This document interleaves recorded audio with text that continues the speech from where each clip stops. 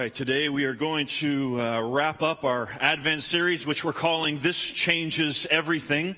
And what we've been talking about is how the coming of Jesus into the world changes everything. And we've shown how, in a historical sense, it changes the way we view the church as family. We're brothers and sisters. Changes our view of hope. And we've shown how historically it changes even our understanding of truth. And today I want to wrap it up by showing how the coming of Christ changes and has changed historically our understanding of humility. There was a famous public speaker in the ancient world, and a bunch of people wanted to learn from him and learn, how is it that you're so good at public speaking? And so they asked him, what's the first rule for being eloquent in public speaking? And he answered, delivery. It's how you deliver a speech that matters the most. And so they asked him, okay, well then what's the second most important thing in giving a public speech? And he answered, delivery. They asked him a third time, well, what's the third one? Anticipating where he was going, and again he said, delivery. One of the most famous Christians in Christian history is a man named Augustine. Augustine was reflecting on this quote and this story, and he said, in the same way, if you ask me, what are the greatest principles, the greatest precepts of Christianity, I will answer in the first, the second, and the third place, humility.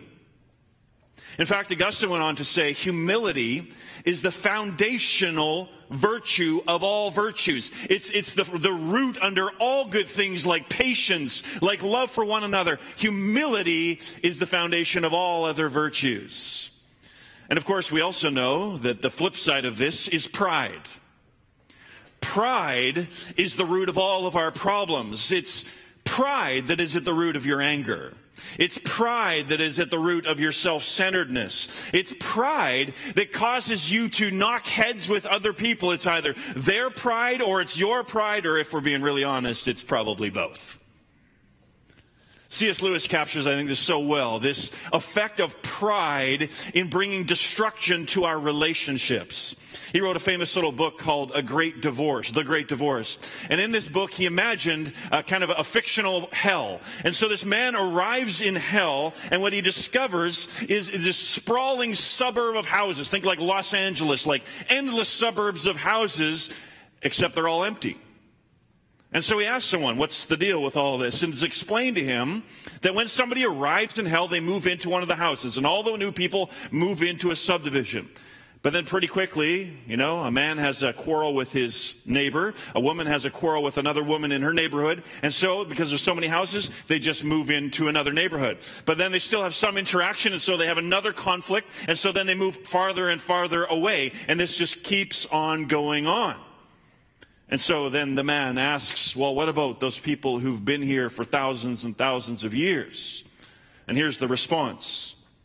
They've been moving on, getting further apart. They're so far off by now, astronomical distances. There's a bit of a hill near where I live, and a man has a telescope. You can see the lights of the inhabited houses where those old ones live. Millions of miles away. Millions of miles from us and from one another. So, being really honest, how many of your relationships have been ruined by pride? The pride of self-centeredness, the pride that refuses to say, I was wrong. The pride that refuses to be the first one to apologize. The pride that always blame shifts to someone else. No nudging your spouse right now, okay? How much has pride ruined your family relationships? I know it's Christmas and we love Christmas. We get together with our extended families and things like that. But how many of you going to your extended family outings over the next few days, there's a bit of a tension going on there because there is past problems which were rooted in somebody's pride. Somebody did something, refused to apologize, and so you're still kind of reaping the effects of it. Pride is what ruins our relationships. So what we need, what I need, is humility. We need to grow in this grace of humility. And this morning, what we're going to see is that the message of Christmas has the power to bring transformation at the very core of who you are as a person. It gets right down to the bottom of who you are, deals with the motivational structure of your heart, and changes you and renews you and brings healing into your relationship. So I'm praying, and you can pray along with me, that this morning God would meet with us in a powerful way, that we would experience the great humility of Christmas and be changed by it, and then it would change our relationships. So here's how I want to develop that. Let's talk about three things. First, let's talk about the virtue of humility. Let me define what it is and what it is not. I think we have a mistaken understanding many times of what humility is. Then the second place, I want to talk about the revolution of humility. And like I've been doing throughout this series, I want us to do a bit of a deep dive into the ancient mindset. And I want to show you that if you value humility today as a virtue, it's because a revolution took place in history of which you are the heir of it. A great revolution took place. Humility has not always been a great virtue in the world, and it's not in every part of the world today. And I'll show you it has everything to do with Christmas. And then finally, we'll talk about the cultivation of humility. How do you cultivate this in your life? First then, let's talk about the virtue of humility. The virtue of humility. Philippians 2, just reading it, it's very clear. There's nothing secretive about this. It's all about humility. It comes up over and over again. And Paul, what he does in this text is he helps us to understand what humility is, and then on the flip side, what it is not. He makes it very clear to us in his descriptions in verses 3 and 4. Look at 3 and 4 with me. Do nothing from selfish ambition or conceit, but in humility count others more significant than yourselves. Let each of you look not only to his own interests, but also to the interests of others. So we can see here what humility is and what it's not. First of all, humility is not humiliation. Though it comes from the same word, it sounds the same. It comes from the same word meaning low, as in low to the ground. But there's a huge difference between humility and humiliation. The difference is one of willingness. When we humble ourselves, we do so willingly, whereas we unwillingly are humiliated. We all know this, right? I mean, I'm sure you've experienced a little humiliation in your life. Maybe somebody has publicly said something around a group of people. Maybe they betrayed a secret. Maybe they said something about you. And so they humiliated you. That was something that happened unwillingly to you. You would not have wanted it to happen, and your face turns red as your temperature rises, and you feel humiliated. It's an unwilling thing. But humility is something that you do willingly. Humiliation is something that is unwilling. And Paul clearly means humility as in a willing sense. And I see that because Paul says we are to look not only to our own interests, but also to the interests of others. So we are willingly looking to the interests of others. And in verse 3, he says, count others more significant than yourselves. So your attitude and the way you think about other people, you're willingly trying to think of others as better than yourself. There's nothing in this passage about being conquered, shamed, being put under someone else's boot, being humiliated. Secondly, second clarification. We also see here that humility is not belittling or devaluing oneself or one's abilities. I think a lot of people mistake this. I see this a lot actually in churches, a lot amongst Christians. You know, someone has done something kind and somebody else is complimenting them and thanking them. Oh, no, I didn't do anything. There's nothing great about what I've done here. And I know the motivation for it, but really that's self-depreciation, isn't it? Now, it's not that we want to take credit for things and look great. That's, I think, oftentimes the motivation. But listen, self-depreciation is not the same thing as humility. If God's given you gifts and you're using those gifts out of great joy and someone says, hey, thank you for doing that, the correct response is thank you and praise God that he would allow me to serve others. Not to say, oh, no, I didn't do anything actually. No, you did. You see, self-depreciation is actually false humility because it's still totally focused on self. And how do I look to others? And how do I come across to others? But humility is not like that at all. again, let's listen to C.S. Lewis. He's so helpful in this. He says, humility does not mean thinking less of yourself. It means thinking of yourself less. You catch that? So Paul, he's saying, it's not thinking, oh, I'm so terrible, I'm not great. That's not humility. It means you don't really think about yourself at all. That's what humility is. And Paul takes this a whole level further. It's not just that we're not really thinking so much about ourselves. It's that we're focusing on other people. Humility has an outward stance to it. It's looking to the interests of others. So one more time with Lewis, he goes on and says this.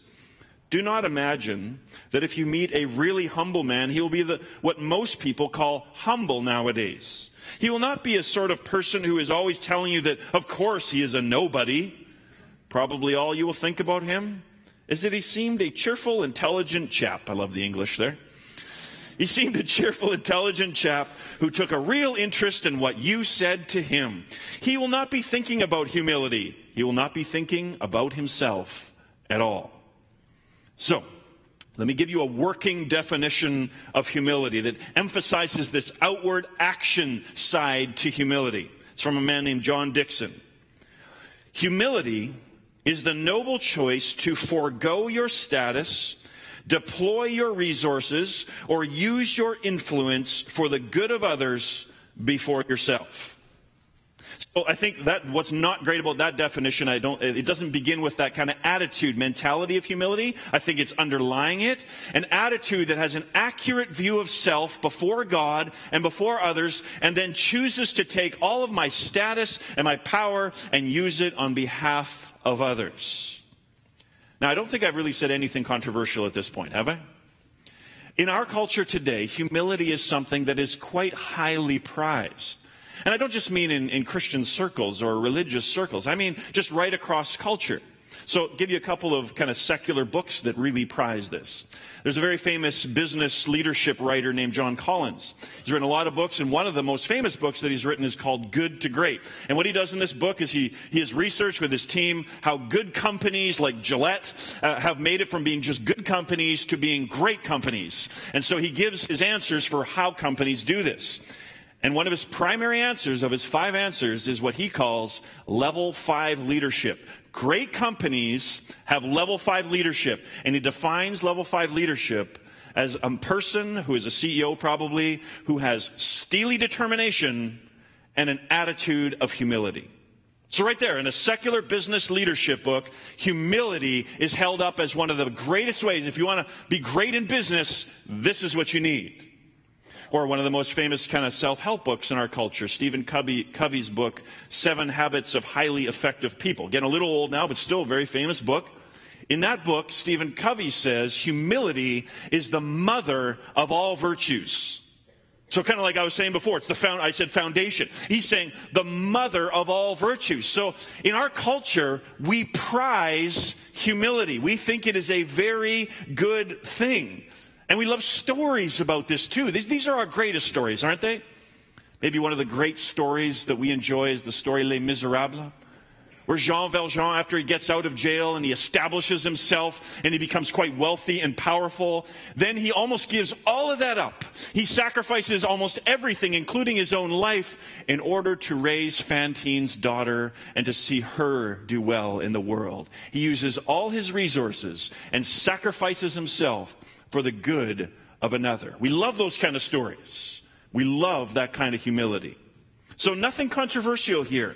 But what I want to show you is there is a reason why that's not controversial to you. What I want to show you is that 2,000 years ago, a revolution took place in culture that completely transformed the way that we think about issues like pride and humility, honor and shame. And if you prize humility today, it's because you are one of the children of this revolution and you buy into its ideals wholeheartedly. What is the revolution? Well, in the second place, let's talk about the revolution of humility. I read an interesting book by the man I just quoted, Dr. John Dickson. Listen to who he is. He is the Senior Research Fellow of the Department of Ancient History at Macquarie University in Australia. So all these guys in this department, you think ancient historians, so they're doing lots of research and things like that. As they did their research, they came on to something. They began to have a question. They noticed in the literature as they studied Greek history, Roman history, and then subsequently, kind of Christian history and things like that, they noticed that something took place in the history of the world. A revolution took place, and it happened right around the first century. This revolution had to do with how people and culture thought of things like pride, humility, honor, and shame. So Dixon and his team point out that the Greeks and the Romans did not value humility like we do today. They were a culture that focused on honor. They valued honor. All of your life revolved around gaining honor for yourself and for your family and for your nation. It was about honor. So if you're a father, your greatest concern was for your son. And your greatest concern for your son is not that he would live a happy life. That's often what we think today. It's not that he would even make a lot of money or even that he'd live a morally upstanding life. That was not your number one concern as a father. Your number one concern is that your son would grow up to bring honor to himself and to your entire family. That is what drove absolutely everything. You can see this, for instance, in the famous story of Achilles, that great warrior. In the modern version of this, there's a movie called Troy, and Achilles, there's a great speech in there where Achilles doesn't want to go and fight in the battle against Troy. This is the Trojan horse story, right? And so his mother comes and speaks with him, and she wants to convince him to go into this battle. Listen to what she says, because this captures what we're trying to get at. She says, "If you stay in Larissa, you will find peace. You will find a wonderful woman, and you will have sons and daughters who have children, and they will all love you and remember your name. But when your children are dead, and their children after them, your name will be forgotten. But if you go to Troy, glory will be yours. They will write stories about your victories in thousands of years, and the world will remember your name." Now, you can tell that you are a child of the revolution that took place in history by how you respond to that quote. So think about this. Do we send our sons and often our daughters as well into war so that they can gain glory for themselves and never be forgotten? Do we ever seek to motivate? Some of you are in the military here. We have lots of people in the military. Did you go into the military so that your name would be upheld throughout history and glory would be yours? Is that why you went into the military? Maybe you just did it for a paycheck. I don't know. But look at the stories. Look at World War II is probably our greatest example. Why did we send our sons and many of our daughters off to war? Did we send them so they would gain glory? Was that our motivation? No. We sent them because we thought it was the right thing to do. In our culture, we say it's the right thing to do because if you have power and someone else is facing injustice, we think you need to use that power, even at cost to your very own life, in order to meet that injustice, to bring freedom where there is slavery, and use your life and deploy all your resources, even if it means your own life. That's how you know you're a child of this revolution, if you think like that. And I think we all think like that here in the Western world. But that's not how the ancient world thought. And you can hear it in that quote of Achilles. In the ancient world, things were very different. Humility was not considered a great virtue. Let me give you another example. In the 6th century BC, there was a book written by the Greeks, and it outlined 147 maxims, or just sayings, on how to live an ethical life. So this is the condense it all. Here's what it means to live an ethical life. It included things like help your friends, return a favor, despise no one, don't mock the dead, and respect your elders. Of the 147, humility does not even appear on the list.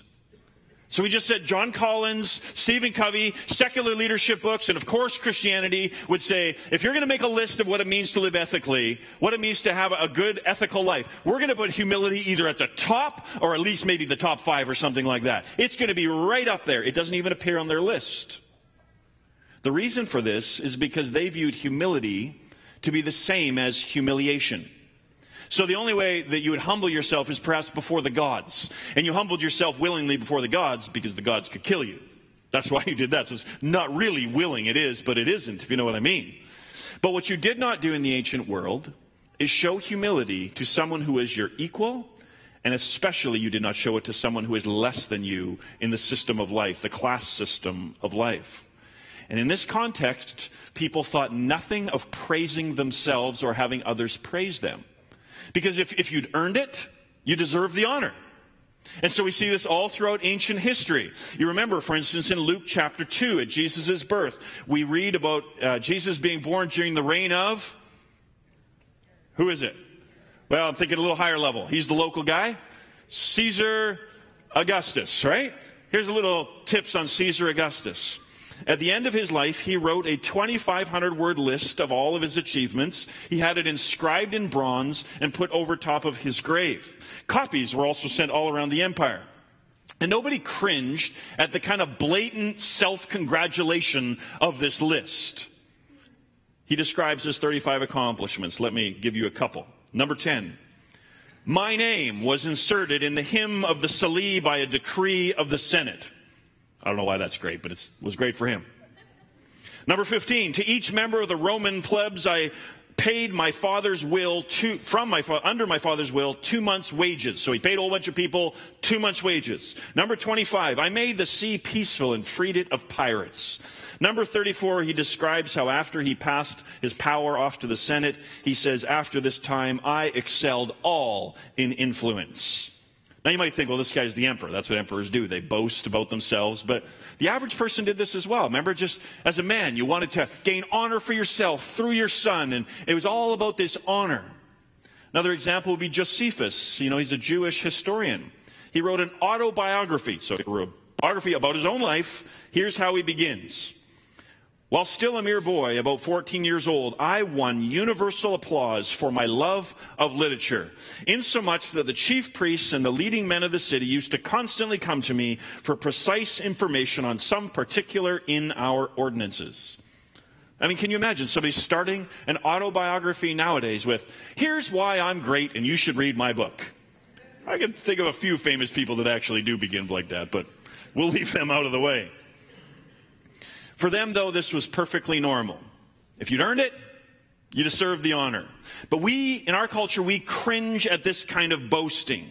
And so what Dixon and his team argue is that a revolution took place in history, and that this revolution changed the whole way that we view issues like pride and humility, honor and shame. This is a secular university, by the way, and the secular university traces this, historically speaking, to the birth and the life and the death of Jesus Christ. This is the revolution. The revolution happened around one man and what one man did. So what is this message of Christmas that created this historical revolution in our attitudes about pride and humility, honor and shame? There's probably no better passage we can go to than Philippians chapter 2. As we've seen, Paul is in verses 3 and 4 calling us to forego our status, to use our power and our influence in the interests of others, especially those who are lesser, even with those who are equals. And then what Paul does is he gives us the ultimate example of humility. Walk through this passage with me, and let's just pray that God would freshly show us how glorious this act of humility was. Verse 5. Have this mind, Paul writes, among yourselves, which is yours in Christ Jesus. Okay, we're supposed to have this mind, this attitude that Jesus had. What was this mindset? What was this attitude of humility that Jesus had? Look at verses 6 and 7. Who, though he was in the form of God, did not count equality with God a thing to be grasped, but emptied himself by taking the form of a servant, being born in the likeness of men.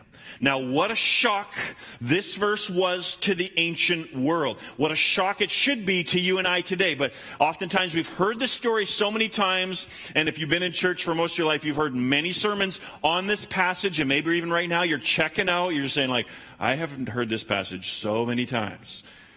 Let's try to recapture some of the freshness of this, some of the shock value that we should feel as we read this. So first of all, if you want to feel the shock of it, recognize who Jesus is. Look at verse 6. Jesus, who though he was in the form of God. So Christianity begins with this belief that Jesus is not just a holy man. He's not just a prophet. That Jesus is none other than God himself. He is in very nature God. He is the one who created the heavens and the one who created the earth. The one to whom all praise and honor is due.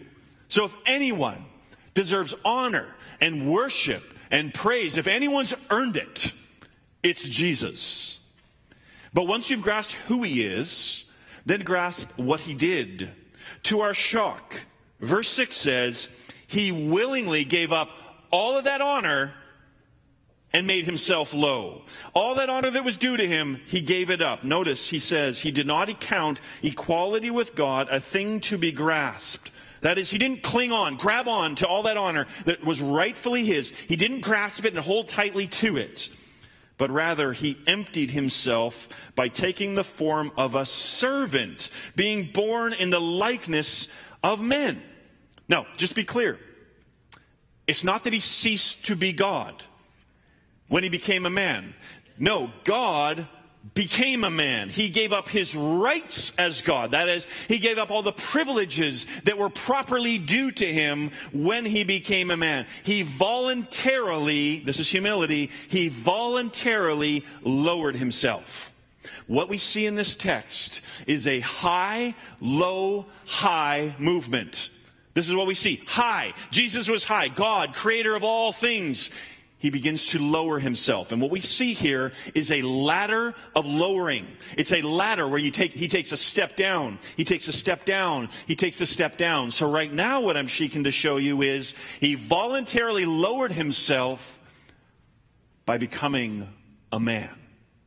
Not just a man, another rung down, a servant man.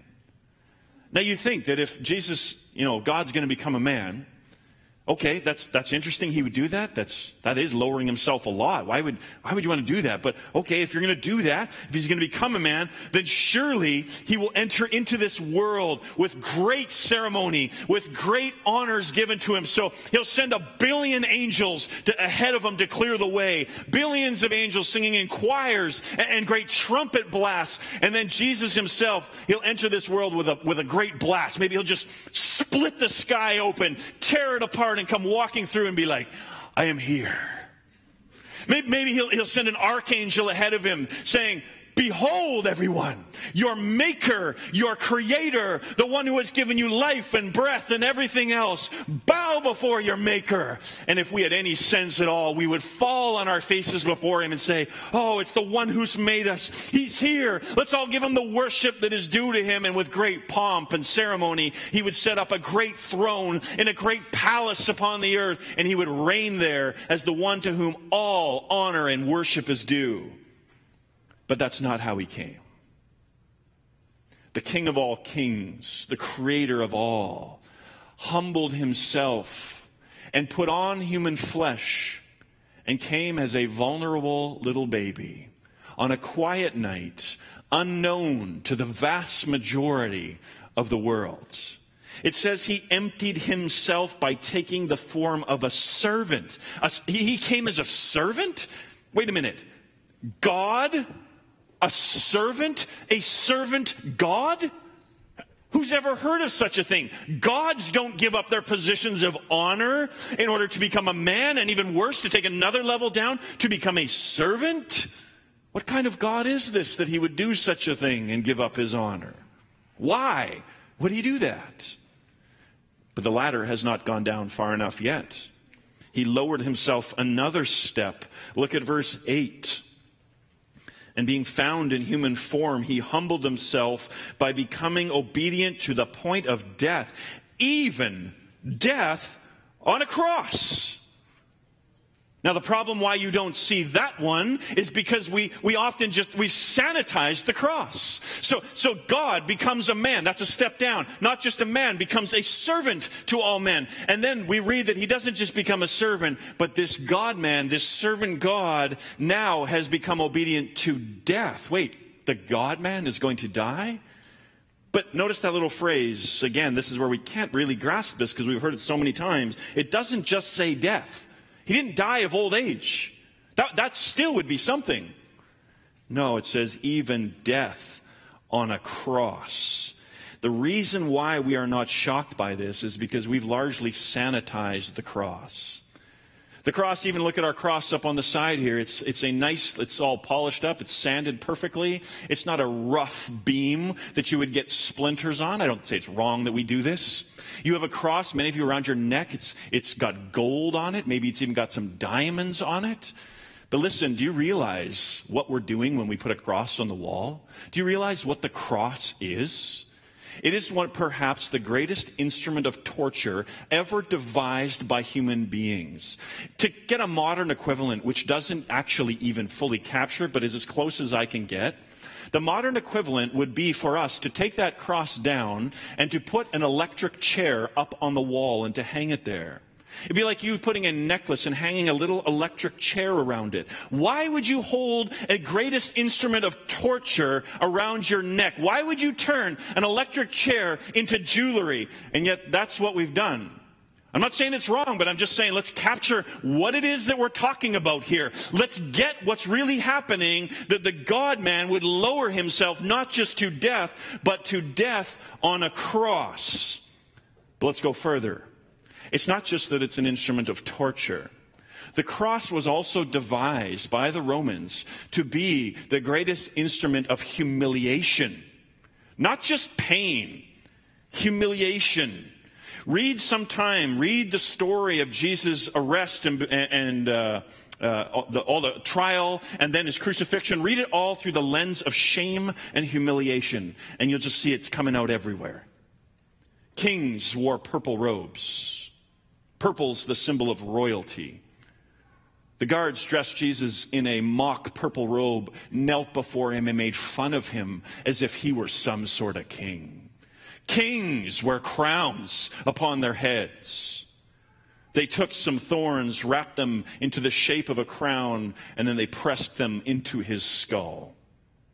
In the ancient world and in many parts of the world today, a man's beard is his glory. Isaiah chapter 50 says, they tore out his beard. A profound act of disrespect in an ancient culture.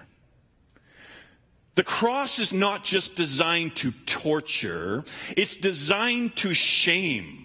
And this entire thing was done publicly. This is why the electric chair doesn't really work. It would be like an electric chair in the middle of a town square because it was designed to be public. There was no suffering in dignified privacy. You were exposed for everyone to see, for everyone to make fun of you, for everyone to mock.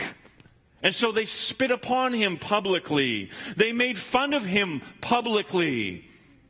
And we know from history that when the Romans crucified people, they almost always did it in another way that we try to sanitize, but which is not super historically accurate.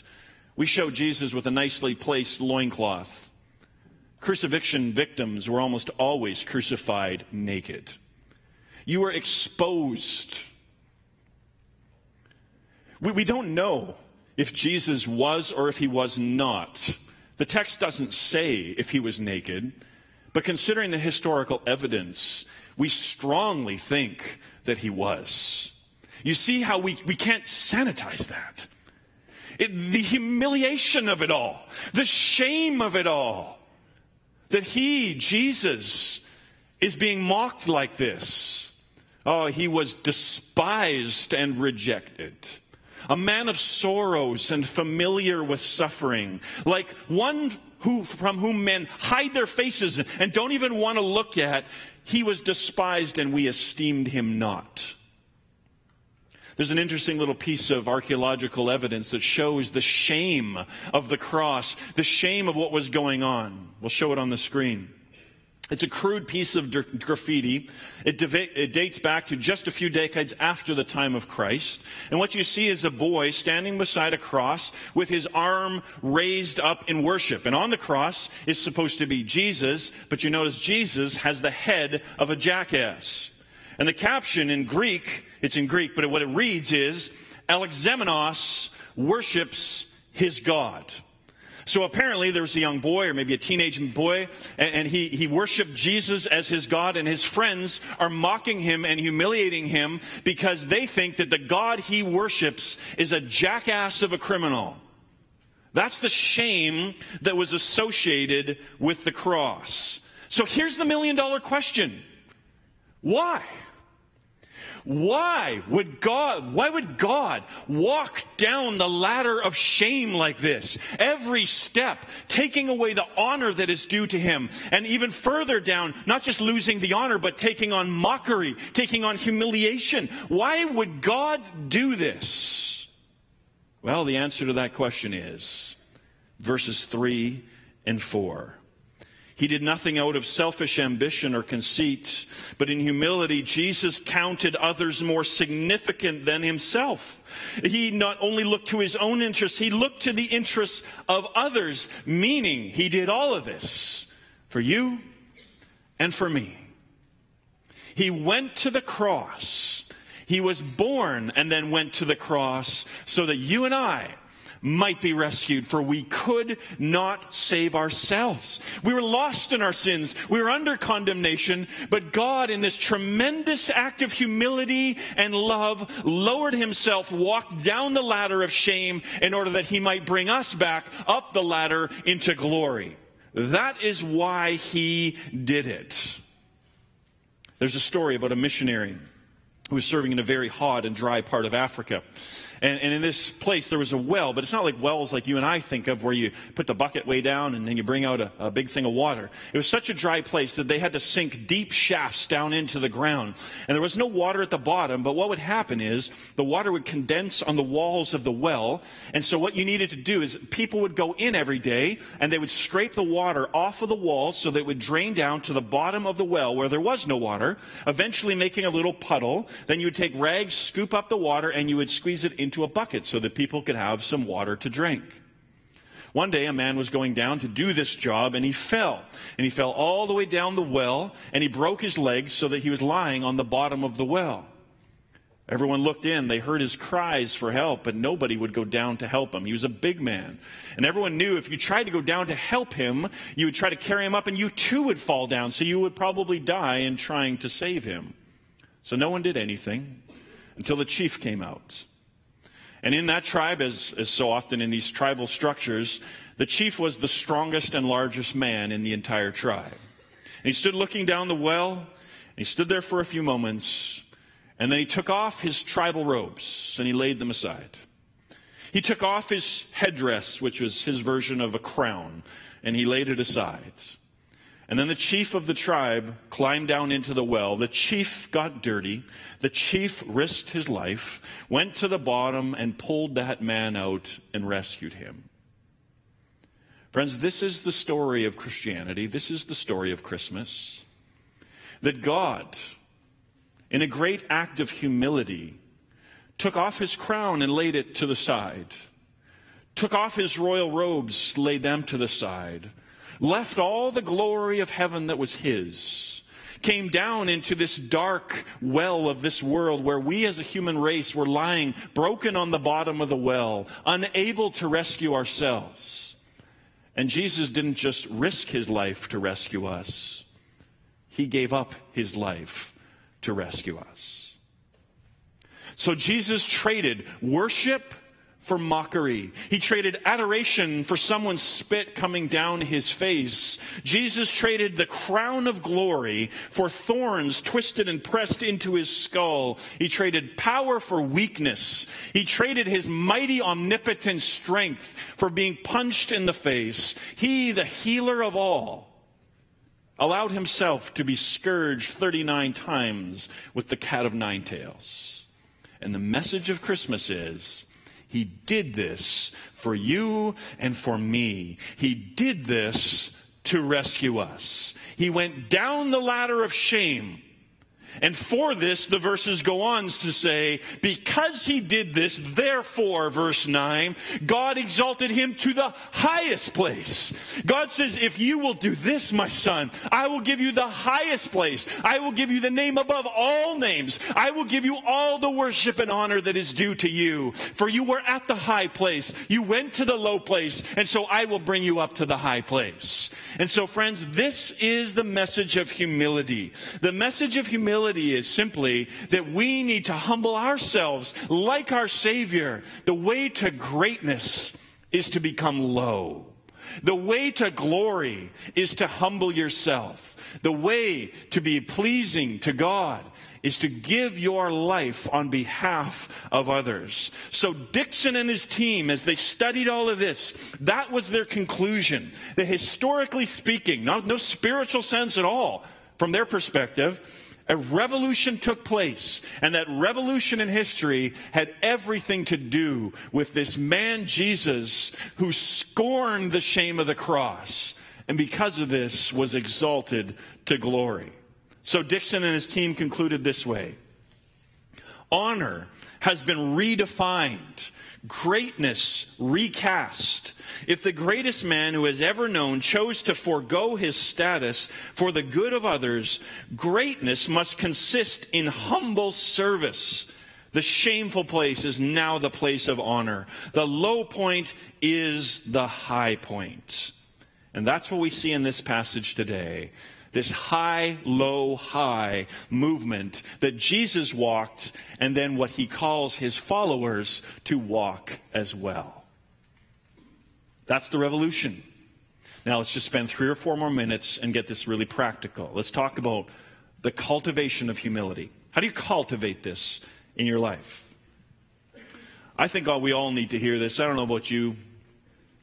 Our own hearts are just so self-centered. This is where all our problems come in. This is why we have so many problems with other people, why we have relational breakdown, is our own pride.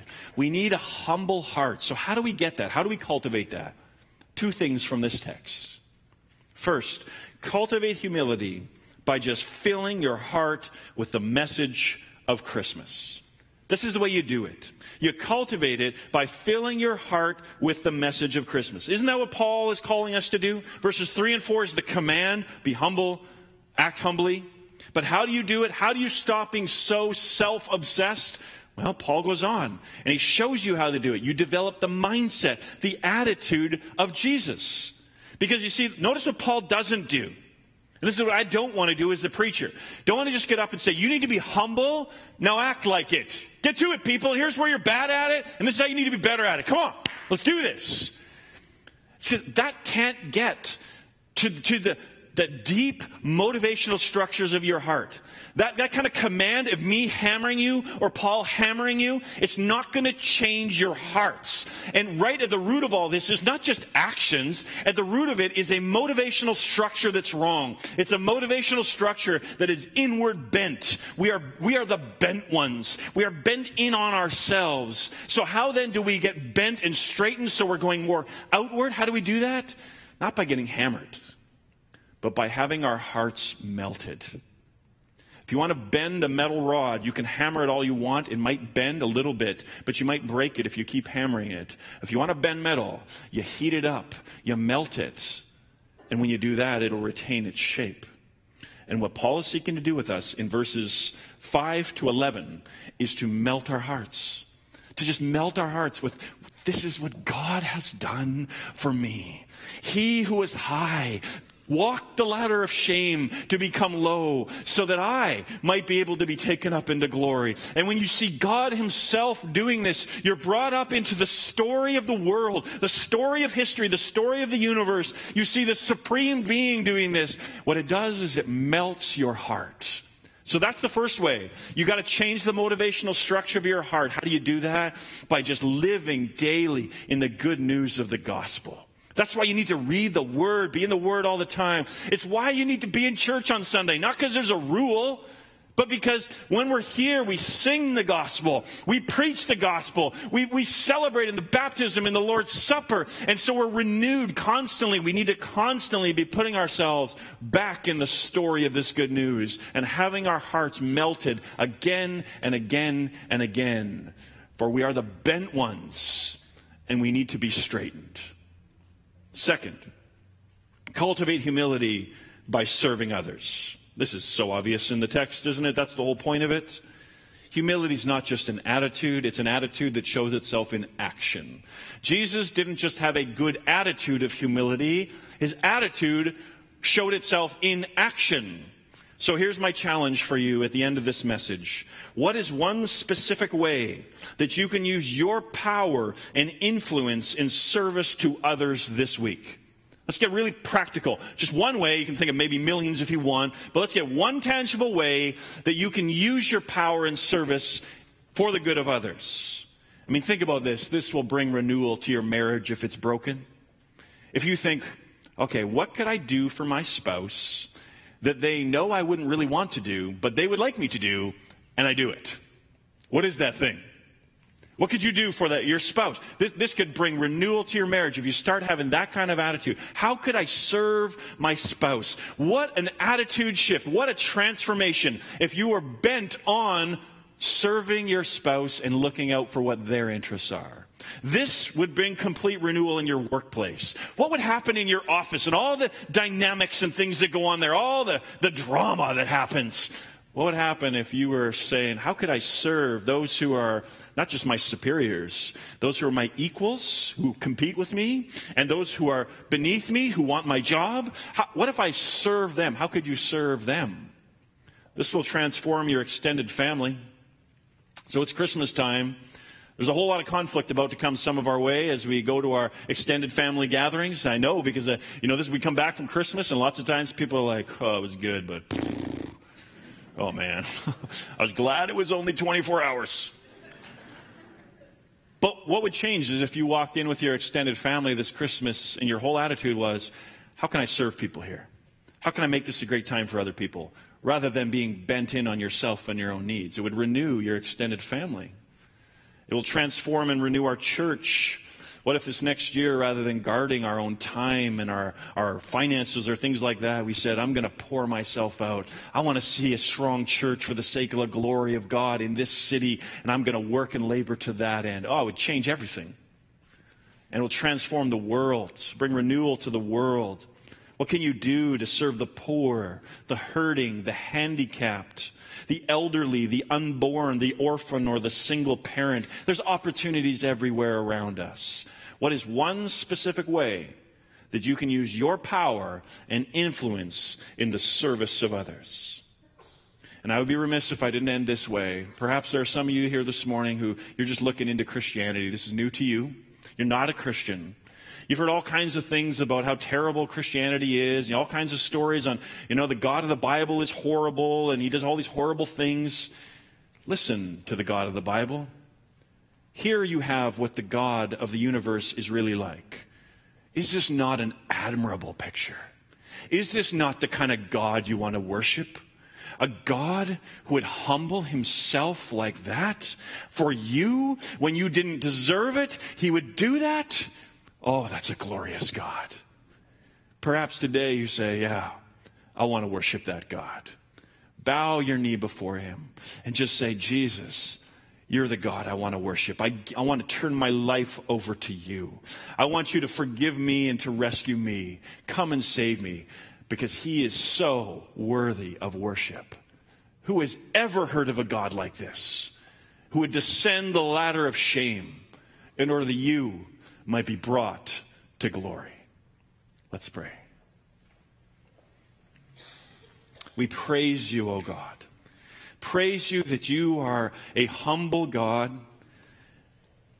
You were not forced into any of this. Jesus, this was entirely voluntary on your part. And for that we give you worship. For that we give you praise. That you would do all of this for us. We can hardly even grasp it, but the little that we grasp, we say, worthy are you. to receive all honor and glory and praise.